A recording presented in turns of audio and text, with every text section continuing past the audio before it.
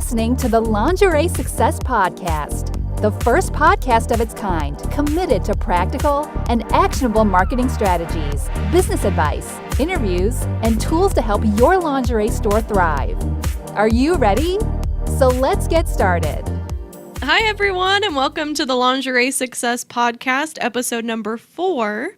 This week, we have Angel and Kris with me here today, and we are excited to get started. But first, Kris, I know you had a busy day yesterday. How's your day going today? It was definitely very busy today. My day today is even crazier since I wasn't in the office in the last 2 days, working on a special project that, it's going to be coming up, which I'm very, very excited and I'm just so stoked about. But yeah, today has been a crazy morning. I mean, before we recorded this podcast, just trying to get through my emails, preparing to set up and all this stuff. It's been a crazy morning, but I'm excited to, talk about this, finding your unique selling proposition today to our listeners. Yeah, me too. And just like Kris said, our topic of the day is finding your unique selling proposition.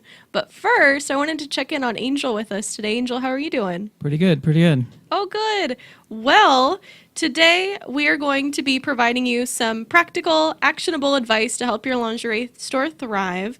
And our big topic is unique selling points or unique selling propositions. And we wanted to dive right into it today. So let's start off with Kris. What's a unique selling point? Well, it's likely, speaking to our stores, it's very likely that a lot of their prospective customers are, having a difficult time looking for a bra store to purchase bras from. I mean, there's a lot of choices out there. You can go to the big box stores. I'm not going to name them. You can go online today. So really setting up your store, setting up your message, your story, who you are, that's your unique selling proposition. You have to really identify what your business stands for. What's your story? Why are you doing this? It's very important so you can communicate that out to your consumers and your prospective customers. The other thing is, I'm going to read you what it's defined in the dictionary, or not necessarily the dictionary, but the marketing dictionary. Your USP or value proposition is a brief statement to introduce the story of business. It lets people know what sets you apart from others and why you deserve their attention. It's in today's time, a strongly recognizable business or consumer proposition, value proposition is important. It sets you apart from every single business that deserve time and money from a lot of your consumer or prospective consumers. So having a concise and clear, unique selling proposition is very important to have. Yes, and lingerie listeners, we can't stress the importance of a USP enough. That's why we've dedicated an entire podcast just to USPs today. I know that USPs are often called competitive advantages. Kris, would you mind elaborating on that? Yeah, absolutely. I was just reading this book. You just were looking at it. This Blue Ocean Strategy by W. Chan Kim. And it's quite exciting because in today's market, there's so many competitors out there. Especially in the lingerie space for our retailers in general. There's, like I said earlier, there's so many choices. And with that said, you have to really stay in a blue ocean. So what that means is every single business that we get into, there's a niche. Whether you're, a lingerie store is a fashion store. It's a boutique. But it's niche towards providing, supporting bras to women. So that's its unique competitive advantage in and of itself as an industry. But within that, there's places that have more offerings, more size ranges, and all that stuff. So it's important that you stay within a blue ocean. So if the competitive advantages changes for your market, you have to be able to know to move on to another market or at least sub niche of your market. So it's important that you do know your unique selling proposition, because that's why it's often called your competitive advantage, because it allows you to stay competitive and stays in business. It keeps your doors open, basically. I want to read you a short quote from the book that I pulled out. We value innovation is the cornerstone of a blue ocean strategy. We call it value innovation because instead of focusing on beating the competition, you focus on making the competition irrelevant by creating a leap in value for buyers in your business or company, thereby opening up new and uncontested market space where value innovation places equal emphasis on value. We all know that the service that our lingerie store provides is such deep value. I was with women all day yesterday, talking about their stories and really listening to them. The lingerie fitting process is such an intimate process, excuse the pun, but it's very intimate. You're there one-on-one with them. So knowing your unique selling advantage really creates a competitive advantage for your business in the minds of these consumers. It is. It really, really is. And I just wanted to add too. It's you can never niche too much. You can always find an audience out there who is interested in your product and be as specific as possible, because those women do exist. And so it's like Kris said, it's always a good idea to go out and find your blue ocean and make sure that what you're providing is different, and even if just slightly different than your competitors, your local competitors. It's always a good idea to do so. And so I wanted to talk a little bit too about identifying and finding a USP. So we've talked about the importance of a USP and why every business needs one. And so I wanted to talk a little bit about identifying them. So Kris, what could you share with us for identifying, finding my unique selling proposition? Well, first of all, your USP, like I said, is your story. Who you are as a brand or store. Normally in our space, lingerie stores, when they think of brand, they think of the vendors that they deal with. They think of Amazon. They think of the big names, Nike and all that. But each store is a brand in of itself in each community. Each of our store owners, each of the employees that work there are brand messengers of that story. So we need to be able to be clear on that, and that is the story that that's why we should identify these stories, what they are, because each time your employees or you walk into a fitting room with another person, if you haven't identified what you are, then each of your customer are either buying because you're the cheapest one, you're closer to them, or just for convenience, basically. But if you have a powerful story to back up the powerful customer service that you're delivering, or exceptional customer service that you're delivering to your consumers, then that will set you apart for years to come. And these customers will bring their daughters, bring their friends, and all that stuff, because they buy your story, who you are. I'm not going to say the name, but we know of a store in Detroit that's really creating a big buzz in that local market. I was chatting with her a little bit on LinkedIn over the weekend, and she just got she won a competition that she entered as far as the business is concerned. And the great thing about that is her story is one that is of resilience. We know the Detroit market. I think we touched on it in a previous podcast, that it's basically a very down market. Since the crash of the auto industry there, a lot of people have pretty much left the place. But she's sort of stood her ground and dug in. And that's a very inspiring story. And that's why a lot of her customers and even the businesses around her are sort of rallying behind her, because they know that she is in it for something, not just for money, not just for the fame and all this stuff, but she really loves her community. And that's the story that she's rallying behind. Another short thing that we discussed a few podcasts ago was Lingerie. That thing was big news. In the video that I was participating in yesterday, that our little project, one of the women there was telling me a story of a news story, which was actually that. I didn't realize that we were talking about the same thing, but it resonated. I mean, that's happening all the way from Atlanta, and we're in California, and we were talking about two different things, but we realized that we were talking about the story that was on the news about the No Shame Lingerie campaign and stuff like that. So it's really important that you identify your story, your unique selling proposition, to be able to really hone in on the message and the products that you deliver to each of your customers. And with that story too, I just wanted to add, the story is your connection to your customers. That's your way to connect with them. I think, and I know it's talked a lot about with millennials, but with all generations, when you step into a store, you're stepping into an experience. So the moment you walk in, you're having that experience in the store that the employees are providing with you, the products that you see, the service that you receive, everything from beginning to end, the moment that you enter to the moment that you leave, is your experience in that store.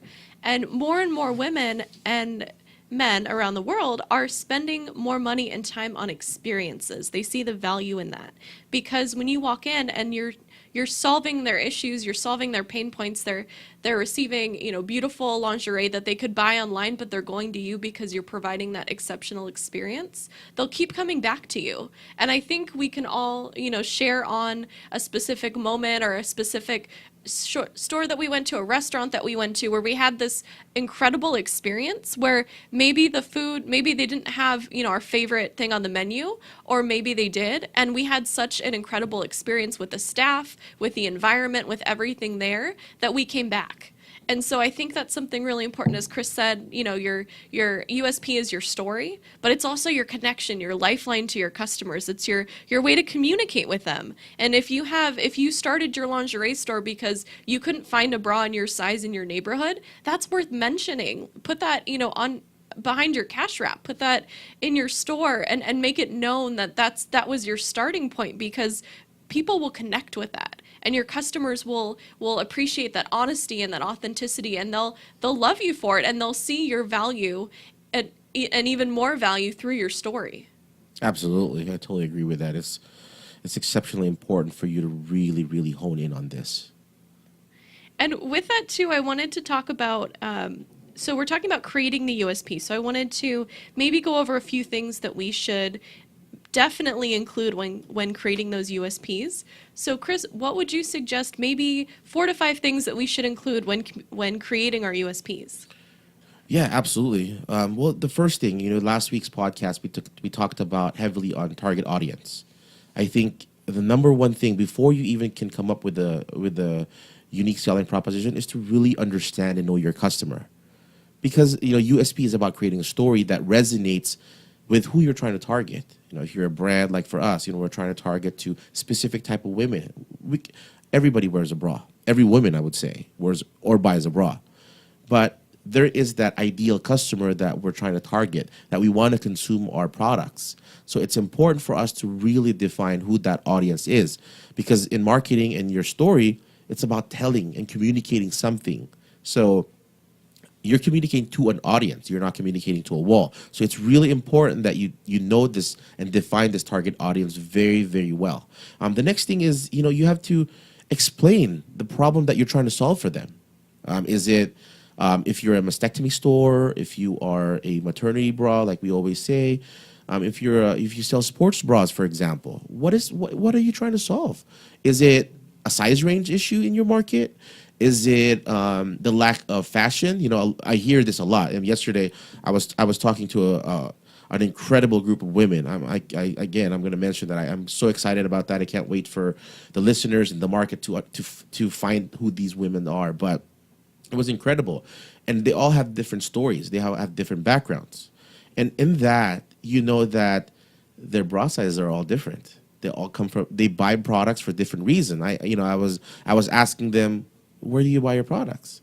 Majority of them, of course, says Victoria's Secret or another big box retailer. And it's a shame because there's a lot of lingerie stores everywhere. I mean, just with us, we're dealing with thousands of lingerie stores that we do business with. And when you ask these regular consumers, women, they have no idea that these people exist. So it's very important that you really understand what the problem is so that you can communicate to that audience. The other thing is you have to really list the biggest distinctive benefits of your store, whatever it is. I mean, I touched on that on the point earlier. You need to know what makes you unique. Everybody, like I think we talked about this last week. A lot of stores that deal with consumers says, "Oh, I have exceptional customer service. My service is top notch." So is everybody else. Is that unique enough, really? Maybe not. Maybe it is. Maybe you're in a community where everybody's just, upset all the time. Everybody's just, walks their day, just, grunting and just living a negative life. But we all know that's unrealistic. That doesn't happen. But, people today expect exceptional customer service. So having exceptional customer service is not enough. Maybe you could think of you're a lingerie store that people can pick up the products. They can order stuff online, and then they can pick up the stuff. Or you have a partnership with another store, even if you're not open 7 days a week, for example. You partner with a local store, maybe a salon or a nail salon or some kind, where you have a good relationship with them. You can leave the products there because that's the only availability of your customers. Or if you have a mailbox store around you that's open 24/7, maybe you can offer a pickup. They can pick up their stuff anytime, because they're at work. They don't want to lose their packages when it's at home. They can't really come to your store and things of that nature. So really defining what your distinctive benefit is quite important. And the last thing I think is to continue refining this process. I talked about blue ocean, to give people, our listeners, a little bit of a better idea what that is. Blue oceans are where you're competing in a market where no one else exists in that market. I know that's tough. It's hard to imagine, but every time we add a distinctive benefit to what we do, we redefine that, we create a blue ocean. A red ocean comes about when we do have a lot of competition. Lingerie space is a red ocean because there's a lot of lingerie manufacturers out there. But I think for us in Parfait, we really believe in the consumers that we're selling to. It's not about just making a penny. It's about the value that we give to them. And I think that's our blue ocean. It allows us to really connect with our consumers and in turn direct them to a retailer that supports our vision, our mission, and we continually change this. We refined it. I mean, I think the last year of Parfait, we've sort of redefined our company. We've redefined what we do. We redefined what we deliver to our consumers and our retailers. And I think that's the last thing for our developing a USP is you have to continue to redefine yourself. You have to figure out what the market wants, what problems are apparent in the market, and you have to be able to swoop in and solve those problems. And that's exactly what we're trying to do as a company in Parfait, but it's also what the lingerie store should be doing in their local markets. And I know that that we spoke about JVs in a previous podcast. I think it might have been number 2 or number 3. Yeah. But we spoke about the importance of partnering with local organizations in your community. And like Kris said, that's such a brilliant idea to partner with a local hair salon, a local nail salon, a local boutique, or a bakery, a cafe, and connect with them, build a relationship, gain that trust, and then work with them so that you can sell your products there, and maybe they can sell some with you. So having that relationship and being able to generate those sales when you're not open can help your business a lot. Absolutely. And I know also that we've talked about, so with USPs, the main thing with the USP is that you want to give your customer a reason to buy from you, a reason to come back, or a reason to shop with you in the first place. Yes, yes. And so from personal experience, I know that I've had stores that I've shopped at and I've moved. Like within the past 3 years, I've moved. So I used to live in Orange County and now I live in Los Angeles County. And so there are stores that I went to in Orange County that I loved, and now I'm driving, 20, 30 miles to go there because they created such amazing experiences. And your customers will drive to you if you're providing an incredible experience in your store, you're offering products that they want and things that they need, and you're following up with them in a timely manner, so you're always on their radar, they'll come back to you and they will absolutely drive to you. They'll take the subway, they'll take a taxi or an Uber if they need to. But if you create a memorable experience and you make people feel good, then they'll come back. And one of my favorite quotes is actually by Maya Angelou. It ties in with this. It's people will forget what you said, they'll forget what you did, but they'll never forget how you made them feel. And that is something that's so important in creating an experience in your store, to think about how you're making your customers feel. And when you're solving your pain points, you're making them feel good. They're feeling good about shopping in your store and spending money, and they're going to want to come back. Yeah, I agree. That's an exceptional point. That's absolutely perfect.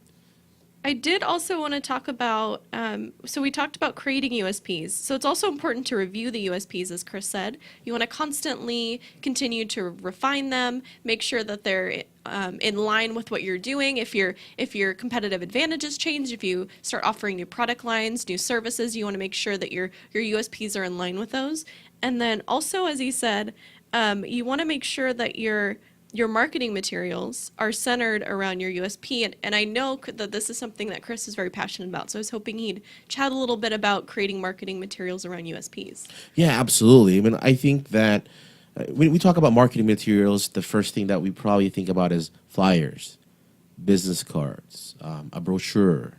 Yeah, these are all marketing materials in the definition. Marketing definition, it is. But marketing materials are every communication piece that we do as a brand or as a store. Is what represents us when we're not there. Think about it. Your website. We could be sleeping at night, dreaming, but our website is working. People come to the website at any wee hours of the day or wee hours of the night to consume who we are. This podcast is also a marketing material for us. The social media posts that we do, and it's the same thing for these stores. It's not just about the marketing materials that you leave. It's really every communication piece that you develop that communicates your message is a marketing material. And it's important for you to express and tell that story, tell that uniqueness, tell that value proposition out. Make sure that you're able to communicate this concisely and effectively, because it's important that, I think, as a business owner, when we start out our business, we have all these big, great ideas.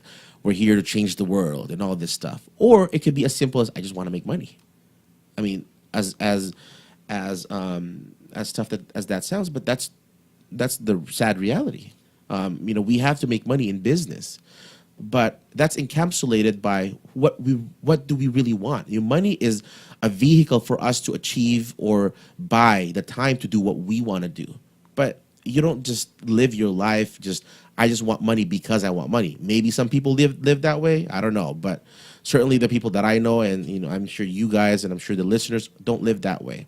It's not just about that, but it's about who they are at their core. So it's really, really important that we are able to share and communicate everything that's unique about our business. Because you know what? I mean, no one else is going to talk about your business. No one else is going to share to the people, to your prospective customers, better than you can. Because you started this business based on what's in your heart, what's at the core of your family, your values, your principles. So being able to communicate that out effectively using any marketing materials or any marketing medium available is extremely important.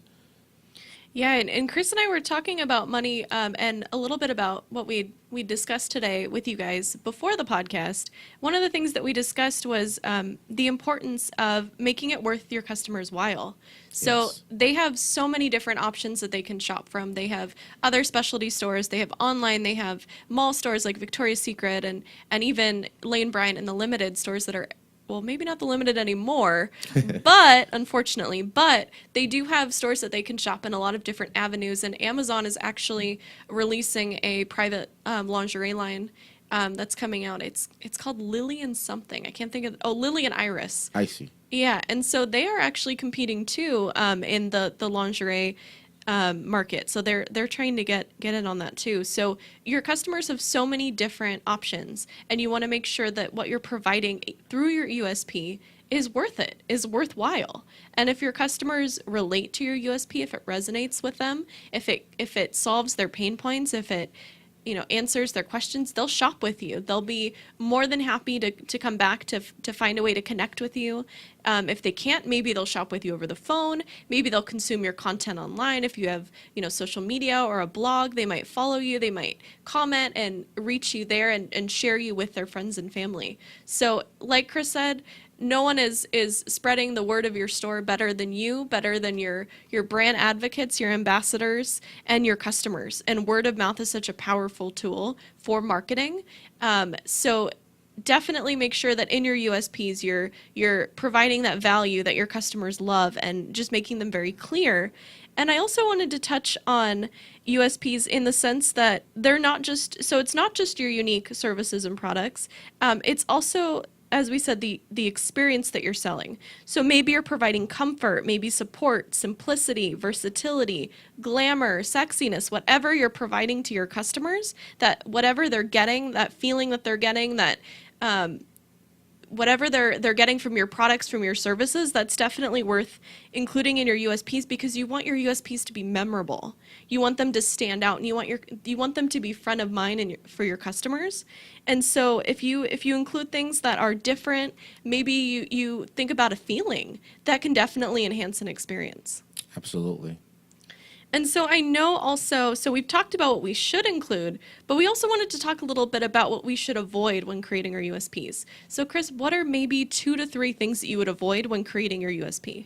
Well, yeah, absolutely. I think, we already know the importance of having a unique selling proposition. But when you're creating the process of this, you have to really be specific.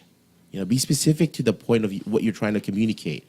Don't just copy somebody else's USP because you saw it on TV, or you were, after you listen to this podcast. I'm sure a lot of our listeners are going to go online and try to, how do I create a USP? And they're going to get templates. They're going to see these are the top 10 USPs that are used by the most successful companies. That's great. But that's their USP. It's not yours. So you have to make sure that you craft your own USP that's unique to your target audience, unique to your story, unique to what services you excel with, the benefits that we talked about earlier, the uniqueness of your store. And the other thing is, you have to really keep tabs and pay attention to the market. I keep saying it in this podcast about the blue ocean. It's very important that you stay in the blue ocean. If market conditions change, be ready to swiftly maybe tweak your unique selling proposition, because maybe your uniqueness is not so unique anymore. So maybe those are short things, but I think those are some of the things that you should keep in mind or try to avoid when developing your unique selling proposition. That's so true. And like Kris said, if your ocean starts to get saturated, it starts to get starts to turn red. Bloody, yes. Unfortunately, it's definitely a good idea to swim to bluer waters and make sure that you're always in a good place for your business, in a place where you don't have all of that competition for your USP, because you're defining unique or different selling points that are setting you apart and making them known, and making sure that you're advertising them, you're getting them out there, you're posting them everywhere. And then also, as Kris said, make sure you're specific. So with your USPs, be specific as possible, include actionable tips and things that you can do in your USPs to make them possible. Because when you have a clear plan, it becomes a lot easier to execute on your USPs. And then also, as he said, be unique. So be unique in what you're listing, be unique in what you're offering. Make sure that you think about things that aren't as unique too. So maybe there's a specific product that you offer that maybe another retailer offers in your area, but you do a little bit differently. Maybe you do something extra that they don't do, and that's worth mentioning. And then don't forget to talk to your customers. So talking to your customers is so important. Your customers are the ones that are spending their hard-earned money with you. So you want to see what they love about your store and what they think sets your store apart from other lingerie retailers in the neighborhood. So why are they shopping with you? And what about your store specifically makes them want to come back to you and spend their money? And then the last thing, as Kris said, don't forget to monitor the industry and keep an eye on your competitors. So it's a good idea to always, keep tabs, but never copy, never do exactly what they're doing. Make sure that you're following your message, because your business is completely different. You're a completely different person. It's worth it, doing everything that you do that goes with you. And as Judy Garland once said, you never want to be a second-rate version of someone else. You always want to be a first-rate version of yourself. and I love that. That is very true. I love that. And that's your strength, honestly. Like in business and life, that's your strength. Your unique self, your original, and whatever you're doing is totally worth doing the way that you want to do, because when you copy other people, you always lose. Always lose. Absolutely. And I know that we also, so as I said earlier, Kris is full of good advice. He's always full of good tips, good ideas. I know that he has some really great tips for communicating USPs effectively. Kris, would you mind sharing them with us? Yeah, absolutely. Like I mentioned earlier, every platform that you create content or communicate your message is important. And the platform as important as the message that you're trying to communicate. You need to be able to make sure that everywhere you put your story, everywhere that your website or your store can be found and seen, you have to have your unique selling proposition there. For example, your Yelp listing, your Google My Business listing, your Facebook, your Twitter, your Instagram, your flyers, your business card, all these stuff. I mean, they should all have your unique selling proposition. That's why your unique selling proposition can't be a paragraph. It has to be a statement or a few words to describe who you are. You know, a lot of people think it's a slogan like Nike, just do it. Yes, but just do it is not quite their unique selling proposition. That's sort of their slogan, which defines what their unique selling proposition is, but is not it. So we need to go deeper than that. But but the just do it is a product of their unique selling proposition. I want to read you something. Some of our listeners may or may not be aware of this. Apple started a campaign, a few years back, maybe a few years back. It was called the Think Different campaign. And I just want to read you that commercial that was narrated by Steve Jobs. He says, "Here's to the crazy ones, the misfits, the rebels, the troublemakers, the round pegs in the square holes, the ones who see things differently. They're not fond of rules. They have no respect for the status quo. You can quote them, disagree with them, glorify or vilify them. About the only thing you can't do is ignore them, because they change things. They push the human race forward. While some may see them as the crazy ones, we see as genius. Because the people who are crazy enough to think they can change the world are the ones who do." That is, if that's not powerful enough, I don't know what is. But that was so powerful that it defined for an entire generation who Apple really was. I think it was a sad story when Steve Jobs left the company, or was sort of pushed out of the company, and they started making a version of an iPad.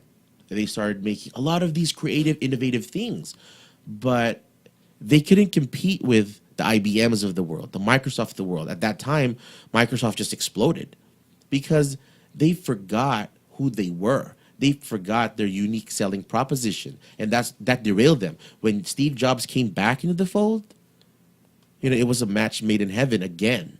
So, what did they do? They changed the world again. If you haven't watched the movie, the newer one, the Fassbender version, in the end of that, there was a scene where he was talking to his daughter, and he said that, "I'm going to change your life. You carry around cassettes, I think cassettes or CDs at that time, but what I'm going to do is every song in your library, I'm going to put them all in your pocket." And that's exactly what he did. He changed the world because he knew exactly who his consumers were. And this is a little bit out there.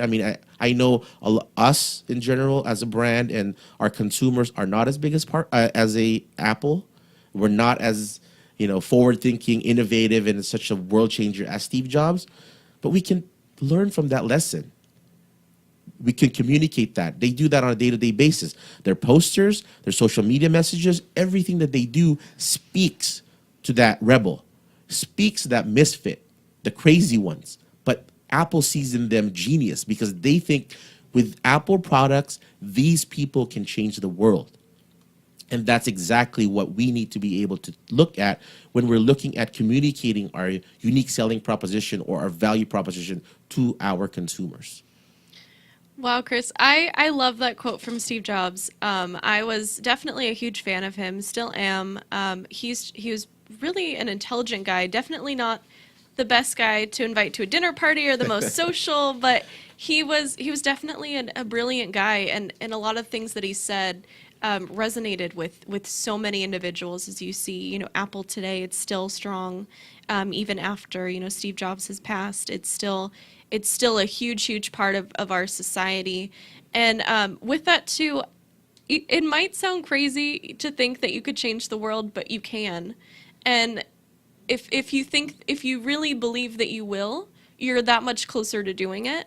And even if you don't think that you can change the world on a larger scale, maybe you don't think that you're going to become the next Apple, but you are definitely going to change the lives of the women in your community and the women who shop with you. And that is rewarding, and that is so incredible. And I've worked, in bra fitting. I worked for a well-known retailer, and I could not describe the amount of joy that it would bring me to have a woman come back and say, "You've changed my life," or to have that comment, or just to say, "Thank you so much," or just anything like that. It's the most incredible feeling. I know a lot of you out there, you go to work every day because you find that it's rewarding.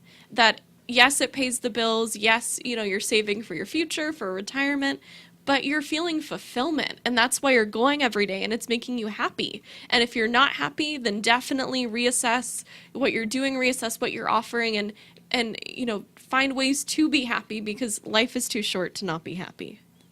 Definitely. And so with our chat today, our podcast, we wanted to give you guys some homework. So we do have just one piece of homework for you today. So we'd love for you to write down 3 USPs for your business. And we would love for you to be as detailed as possible. If you feel more comfortable writing it out on paper, I know I do. I love writing. I'm old school. Definitely grab a pen and paper and a few pieces and just write it out. And if you prefer to type it, then type it. But definitely write down 3 USPs for your business. And if you already have USPs, you're ahead of the game, but don't be afraid to go back and look at them. Pull out your business plan, look at your USPs, look at what you were writing before, and see if your business still aligns with those USPs, and make sure that you're still on the same track. So if you had a specific goal, maybe you had a sales goal, a marketing goal, maybe you had a specific goal for your community to get involved with a certain number of organizations, or even as something as wonderful as giving back to charity or an organization, and you wanted to give back a certain dollar amount, look at your goals and make sure that what you're doing every day, day to day, because your day to day definitely adds up over time. And what you do day to day, even though it might seem small, it builds and builds and builds. And that's what gets you closer to reaching your USPs and accomplishing them. So definitely write down those 3 USPs. And then we did have a question for you too. So we wanted to know, what are your favorite social media platforms to promote your business on? So what are those platforms that you love, that you found success with, that really help you connect with your customers? Awesome. Excellent. Well, I think for me, this has been a therapeutic episode. Being able to talk about your value proposition, because it's really the value. I think talking about selling proposition makes it sort of disingenuous, but really it's the value that you're able to offer to the consumers that you service. I think that's one message that our listeners should take away as a key to go on and develop their unique selling proposition if they haven't done so. I would also, just the last thing, I want to again invite you all to visit lingeriesuccess.com to access more episodes, articles, and tips. I also encourage you to join the community on Facebook. Look for Lingerie Success Group and connect with us. Connect with the other lingerie store owners. Share ideas, tips, and strategies to help your store thrive. We'll have the link on the show notes of this podcast. And also, please do share, subscribe, leave a rating. We really appreciate that. The good, ugly feedback that you can provide us, because it continually helps us provide impactful content that we hope you'll find valuable. Yeah, and that's the goal of every podcast that we have. We want to help your store thrive. It's not enough to just succeed. You want to thrive. You want to have that store that really leaves a lasting impact on your community, on your family, on your legacy, everything. And so with that, we wanted to thank you so much for being a part of our podcast this week. And I also wanted to send a special thank you to Kris and Angel for being here today too. And we will see you guys next week. Thanks, everyone. Thank you, guys. This podcast is brought to you by Parfait. For more information, show notes, and downloads, please go to www.lingeriesuccess.com.